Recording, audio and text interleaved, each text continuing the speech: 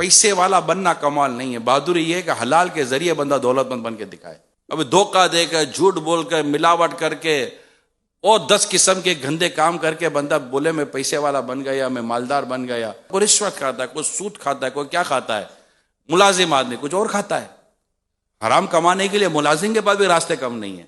بالکل صحیح بولے، 8-8 10 گھنٹے کی محنت، تھک گیا، گھر جا کر چونا ہو گیا، گر گیا، ٹفن تک اٹھانے کی اس کی طاقت نہیں ہے، مگر اس کو دیکھنا یہ کہ آج کے 10 گھنٹے 12 گھنٹے کا جو اس کو اجارہ ملے گا وہ حلال ہے یا حرام ہے۔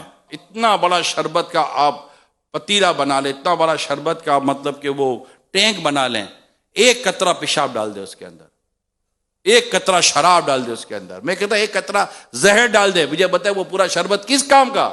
بھئی آپ کماتے کیوں ہیں؟ سکون کے لیے، راحت کے لیے، آسانی کے لیے۔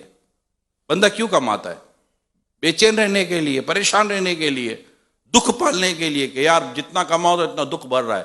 بندہ کماتا ہی اپنی زندگی کو آسان اور سہولت کی طرف لے جانے کے لیے۔ موٹی بات یاد کر لیں کہ یہ آسانی اور سہولتیں نوٹوں کے ڈھیر میں نہیں ہیں، اللہ کی رحمت میں۔ نوٹوں کے ڈھیر میں تو زیادہ تر لوگوں کے لیے غم چھپے ہوئے ہیں، دکھ چھپے ہوئے ہیں، پریشانیاں چھپی ہوئی ہیں۔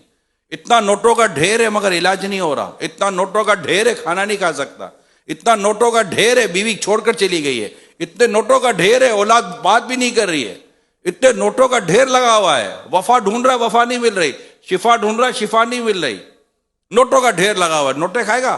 حضرت سعد رضی اللہ تعالیٰ عنہ پیارے مصطفیٰ کریم صلی اللہ علیہ وسلم عرض کرتے ہیں یا رسول اللہ دعا کیجئے کہ میری دعا قبول ہو۔ ارشاد فرمایا مصطفیٰ کریم صلی اللہ علیہ وسلم نے اپنی غذا کو پاکیزہ کر لو، اپنی کمائی پاکیزہ کر لو، آپ کی دعا قبول ہو جائے گی۔ مشکل ترین کام بتا رہا ہوں، اپنی کمائی کو حلال کرنا، روپیہ 10 روپیہ 20 روپیہ 100 روپیہ 200 روپیہ کٹوانا اس بات پر کہ یار میں اس ٹائم پر سو گیا تھا، میں اتنا لیٹ آیا تھا، میں اتنا یہ ہوا تھا، میں اتنی دیر موبائل لے کر بیٹھا رہا، جو عرف کی عادت کے خلاف تھا، جو میرا معاہدہ تھا کہ میں اتنی دیر یہ کام کروں گا جس پر مجھے اجارہ، جس پر مجھے سیلری ملنی ہے، اس معاہدے میں جو میں نے بددیانتی کی ہے، اس معاہدے میں جو میں نے خیانت کی ہے، اس پہ دیکھے مفتی صاحب سے پوچھئے کہ کہاں توبہ ہے، کہاں ازالہ ہے، کہاں پر ریٹرن کرنا ہے، کہاں پر کیا کرنا ہے۔ مگر ایک طے کر لو میرے پیارے اسلامی بھائیوں، ایک چیز طے کر لو کہ میں نے اپنے روزی میں حرام کا 1 روپیہ آنے نہیں دینا۔